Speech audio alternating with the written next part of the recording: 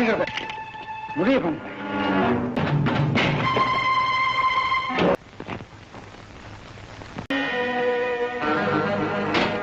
நீங்க யாரு?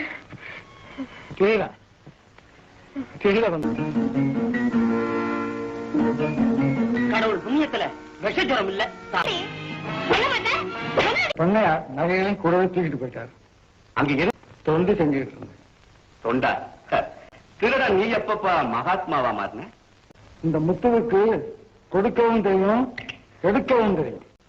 என்னையே மிரட்டுறியா? காதலியோட வாழது மட்டும் ஒருவருடைய கடமையாகாது. முத்து புலிகளுக்கு இடையில சிக்கிய புள்ளிமான் மாதிரி நான் தேடிக்கிட்டு தான் இருந்தேன். ஆனா தேடவே கூடாதுங்கிற முடிவோடு தான் வெளியே வந்தேன்.